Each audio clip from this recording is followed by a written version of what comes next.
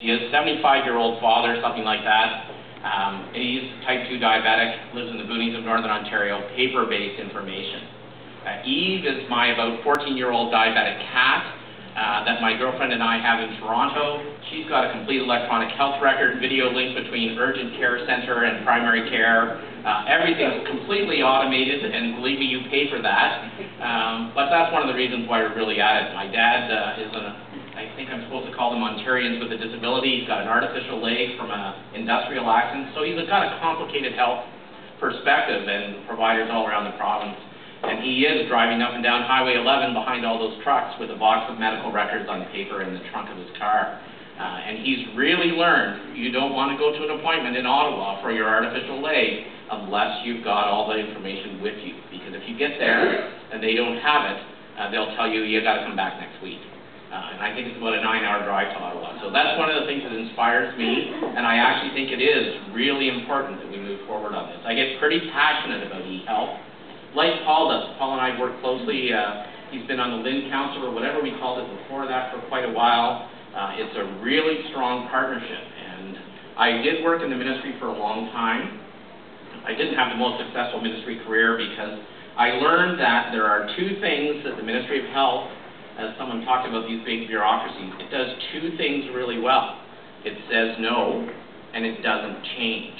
Now, quite often it says it wants to change, but it's not often as flexible and innovative as you want to be. And the closer you get to Queen's Park, the stickier it gets sometimes. So I was really actually pleased to see that this strategy document was at the back, because then I don't have to talk about it too much, because it hasn't changed. We're sticking to it. We're delivering on it, and by the way, I've been at eHealth Ontario since April.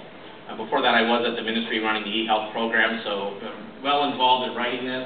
I think it's a great strategy.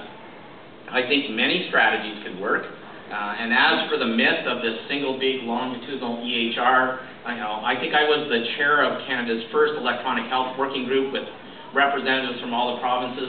Nobody in that group believed in that myth. What you want is the right information available when you need it from a clinical perspective, and especially when you make those transitions between different organizations and providers. But that is a myth, I think, that big record. And if anyone, there's a couple myths. One, that there is that big record.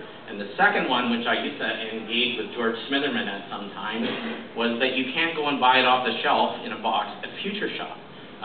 It's not there. It's not like Adobe Photoshop or something. It's an integration of information, and you know how much you've invested and what you've got implemented on the ground. We've got to make all that fit together appropriately, but we're certainly not going to start over.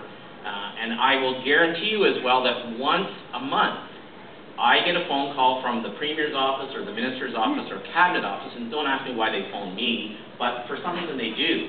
And they tell me, oh, I've got this guy who lives in, wherever, Kitchener, and he's written the eHealth system of electronic health records for the province of Ontario this weekend in his basement. And we can have it all for like $1 million. And, hopefully the people in this room know that it's about putting together all these pieces.